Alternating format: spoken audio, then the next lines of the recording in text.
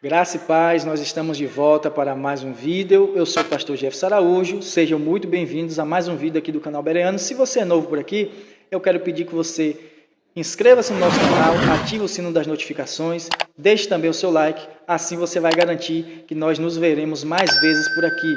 O tema do nosso vídeo de hoje é: quem é o Leviatã? Uma figura tão enigmática, tão misteriosa dentro da palavra de Deus, que muitas pessoas perguntam-se quem será o Leviatã, enquanto outras pessoas sequer sabem da existência. A maioria das nossas traduções, lá em Gênesis capítulo 1, verso de número 20 a 21, quando diz que Deus construiu os grandes monstros marinhos, que algumas traduções para o português traduzem de maneira incorreta como baleias, mas ali são monstros marinhos, a palavra hebraica é taniim, quer dizer monstros marinhos, estava mostrando que Deus criou os grandes monstros dos mares, os grandes monstros marinhos, ou seja, os grandes leviatãs.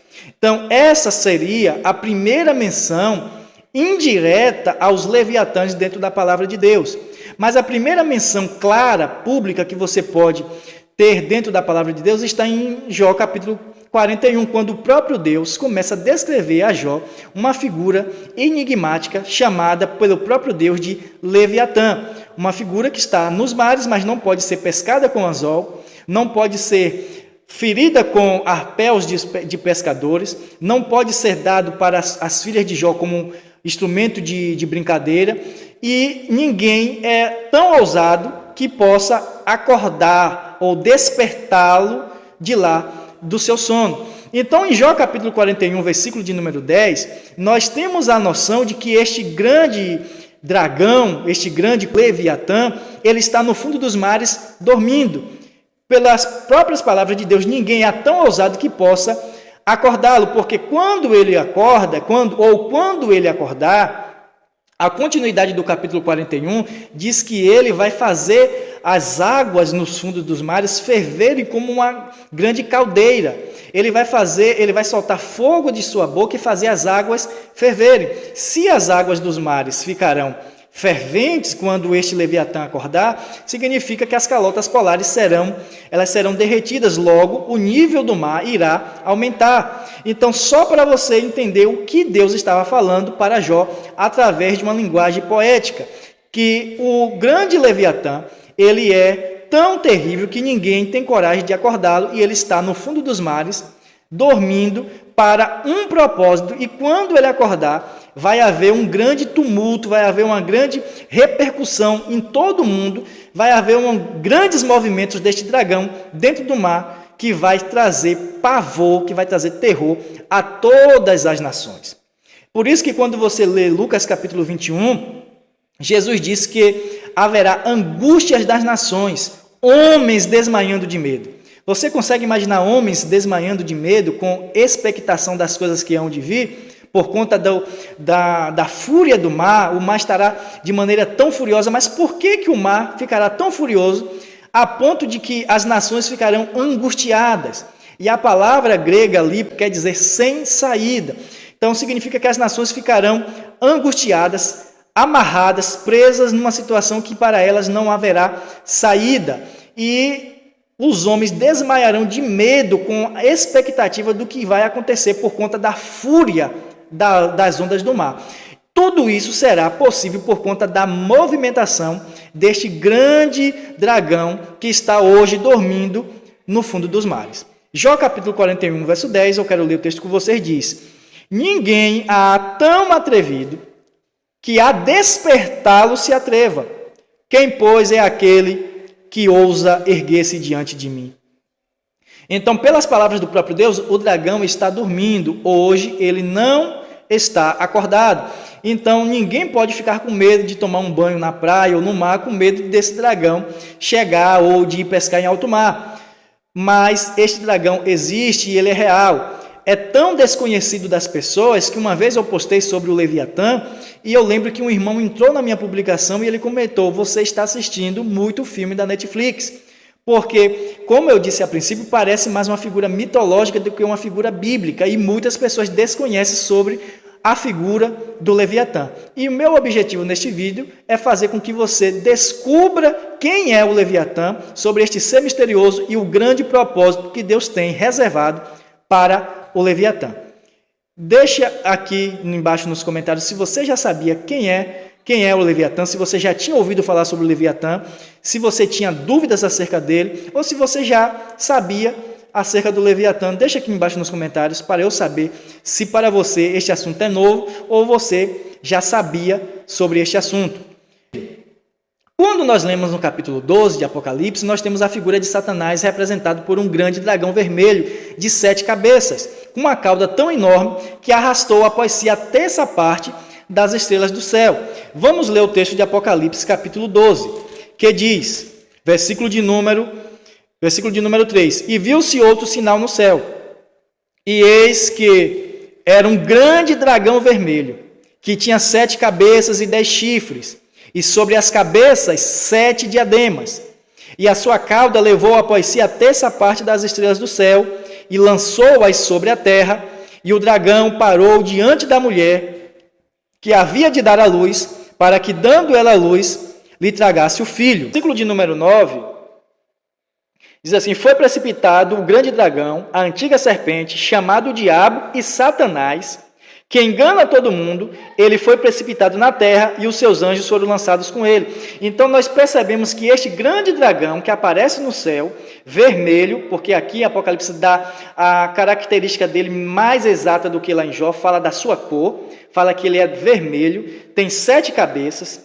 ele tem 7 diademas, e este dragão vermelho, ele é a antiga serpente, também chamada de Diabo e de Satanás. Então nós observamos que o Leviatã, ou o dragão, é associado a Satanás. Mas algumas pessoas, por ser o livro de Apocalipse um livro de muitas simbologias, um livro de muitas coisas figurativas, entendem que ali é apenas uma figura e não algo literal. Mas observe que o texto diz que este dragão é o diabo e Satanás, a antiga serpente. E lá no princípio, Satanás entrou numa serpente. Ele usou uma serpente. Ele entrou de fato numa serpente para falar com Eva e conduzi-la ao pecado.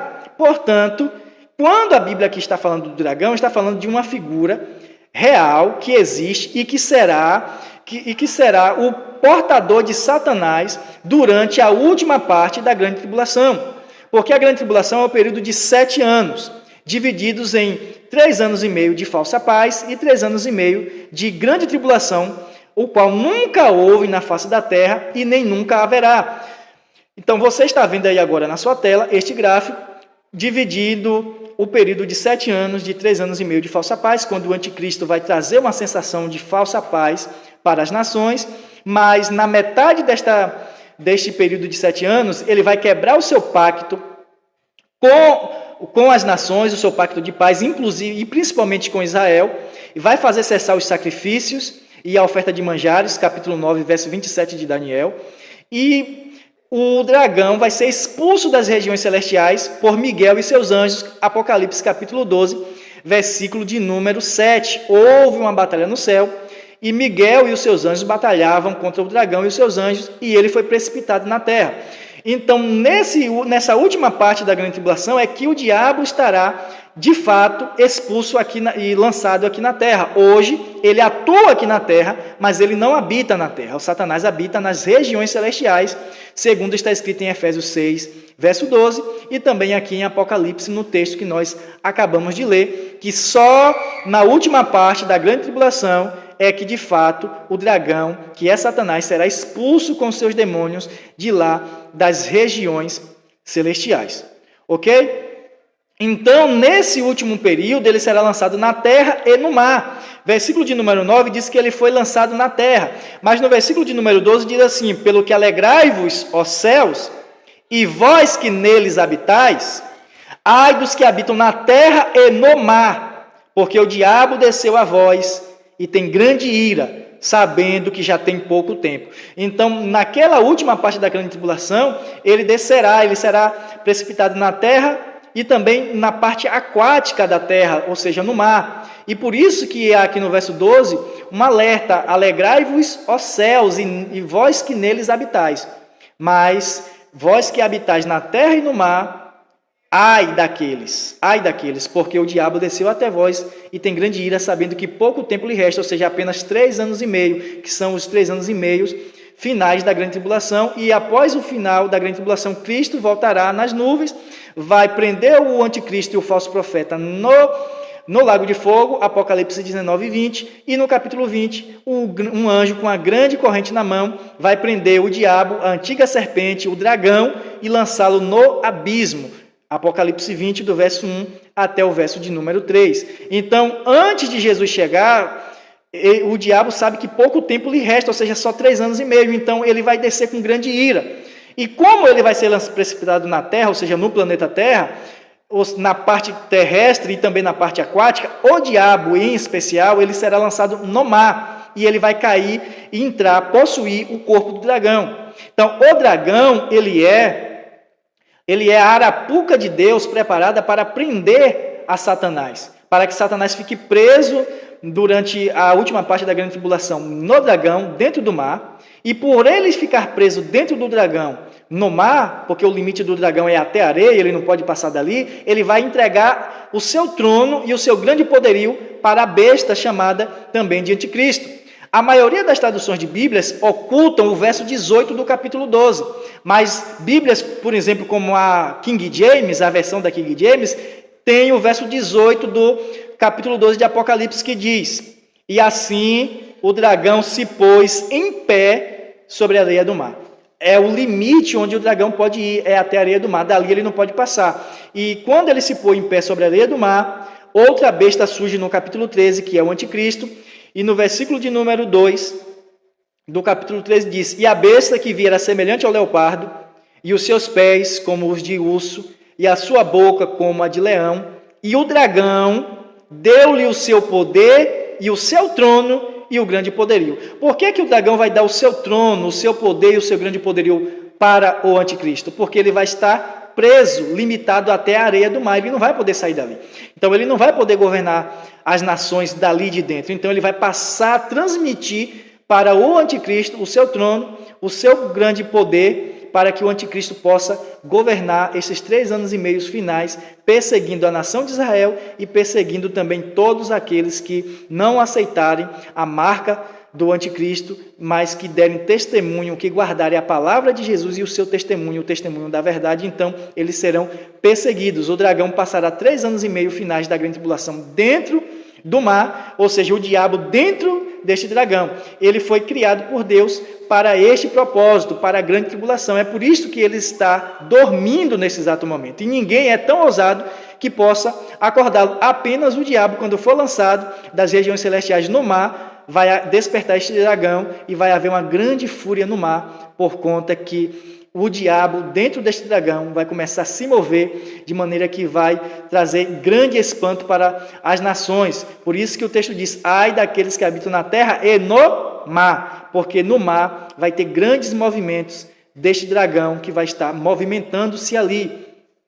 E há um texto no livro dos Salmos que diz que o Leviatã foi preparado por Deus para nele Deus se alegrar. Ou seja, foi uma criatura que Deus criou e deixou preparada para o dia e hora exatos, onde Deus vai se alegrar no Leviatã, porque o diabo estará preso dentro do Leviatã, onde também Deus vai consumir todas as armas nucleares, todas as bombas atômicas serão extirpadas da terra através do Leviatã. Porque quando o Leviatã começar a se movimentar no mar e as nações estiverem perplexas com a movimentação daquele grande monstro marinho, eles vão começar a guerrear contra o dragão. Eles vão começar a pelejar contra o dragão e vão gastar todos os seus arsenais de bombas nucleares, só que nada vai funcionar contra o dragão. E isto está escrito na poesia lá em Jó capítulo 41, versículo de número 25 a seguir, diz assim: levantando-se ele, tremem os valentes. Em razão dos seus abalos ficam fora de si, porque os homens vão ficar espantados com a movimentação do dragão quando ele for despertado. Se alguém lhe tocar com a espada, essa não poderá penetrar, nem lança, nem dardo ou flecha, e aqui é uma linguagem poética, nem míssil, nada, nem balas, nada vão poder penetrar este dragão. Ele reputa o ferro, palha, tudo aquilo que pode ser feito com ferro, o cobre, pau podre, a seta, os mísseis, não o fará fugir, as pedras das fundas, ou as bombas atômicas, se lhe tornam em restolho, ou seja, em comida. As pedras atiradas são para ele como arestas, e ri-se do brandir da lança. Debaixo de si tem conchas pontiagudas, estende-se sobre coisas pontiagudas como na lama. Então nós percebemos que todos os arsenais usados pelas nações contra o dragão, nada vai funcionar, porque o dragão ele não vai ter medo de nada dessas coisas.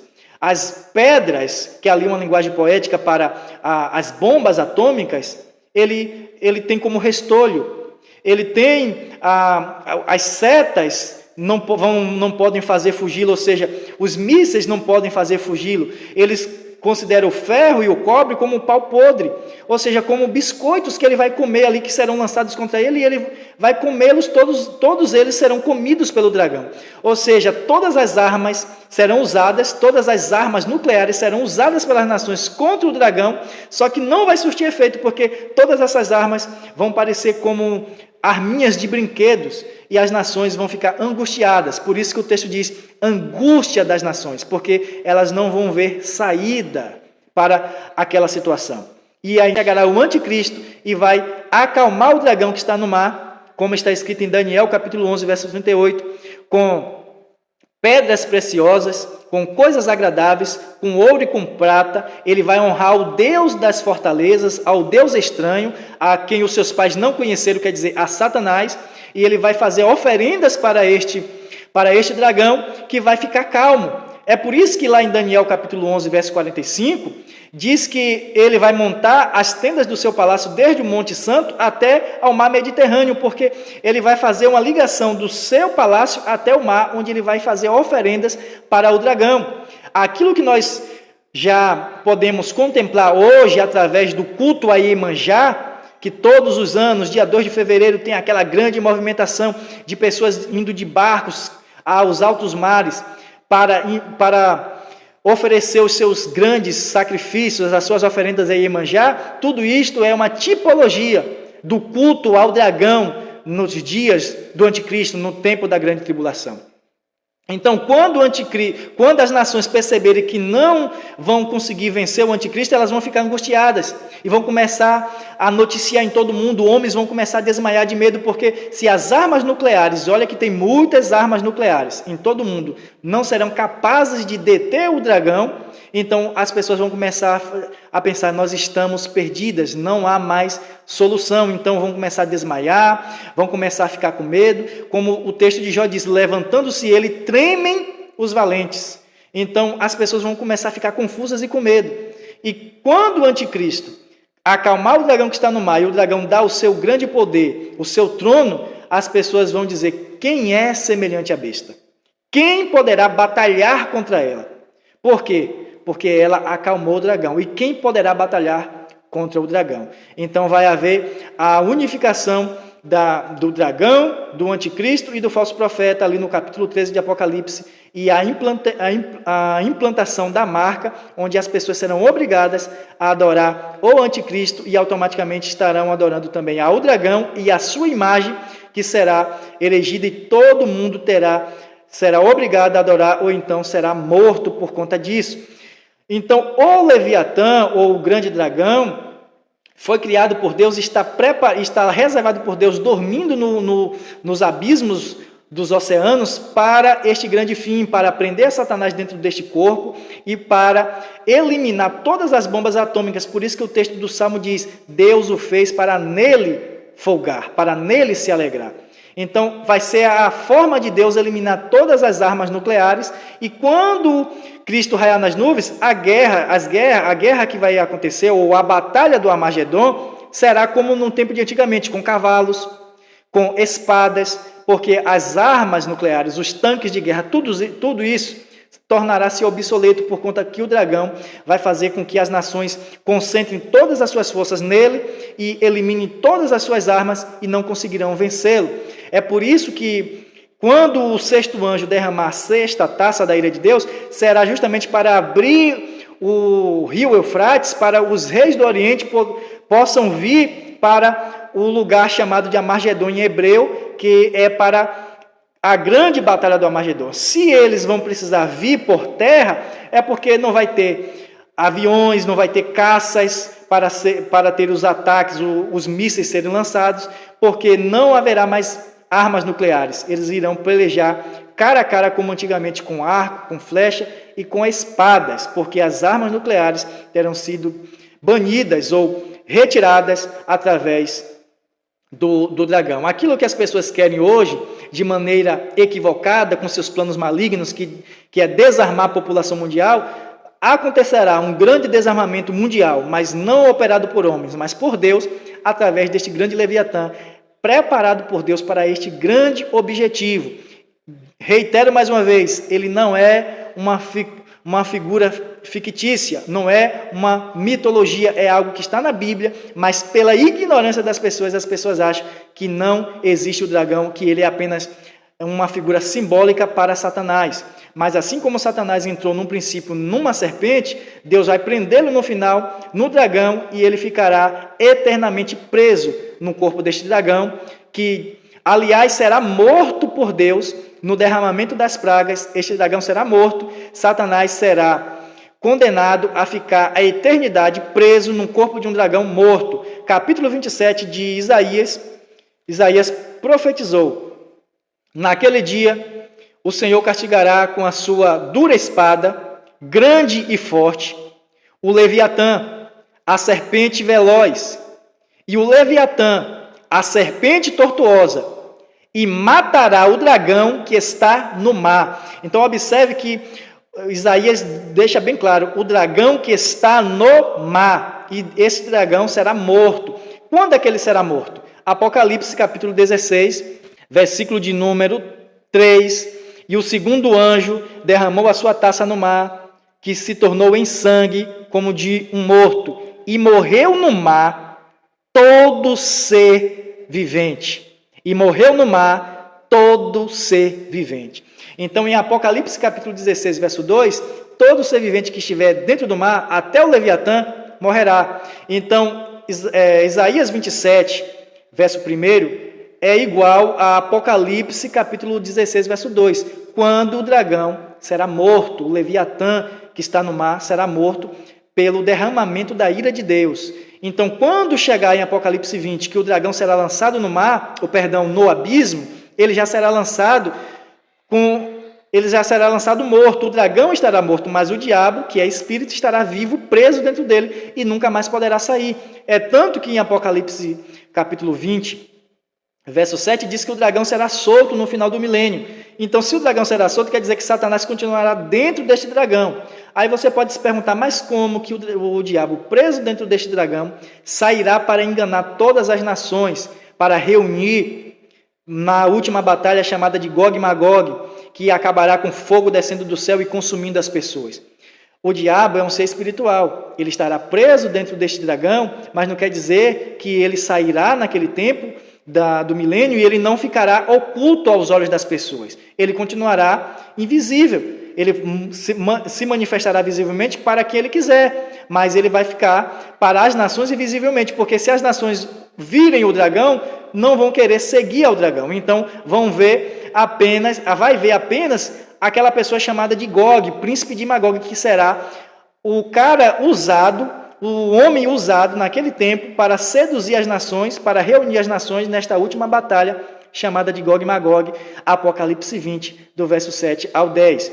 Então, você pensar que o diabo não ficará preso no corpo do dragão para sempre, porque o dragão será solto e sairá a enganar as nações, e como o diabo sairia no mundo todo dentro de um corpo de um dragão, ele é um ser espiritual, ele pode se locomover em todo o território, em toda a terra, com a permissão de Deus, dentro do corpo deste dragão, sem que ele fique visível às pessoas e sem que ele esteja preso ao mar, porque ele estará preso aos limites do mar na grande tribulação.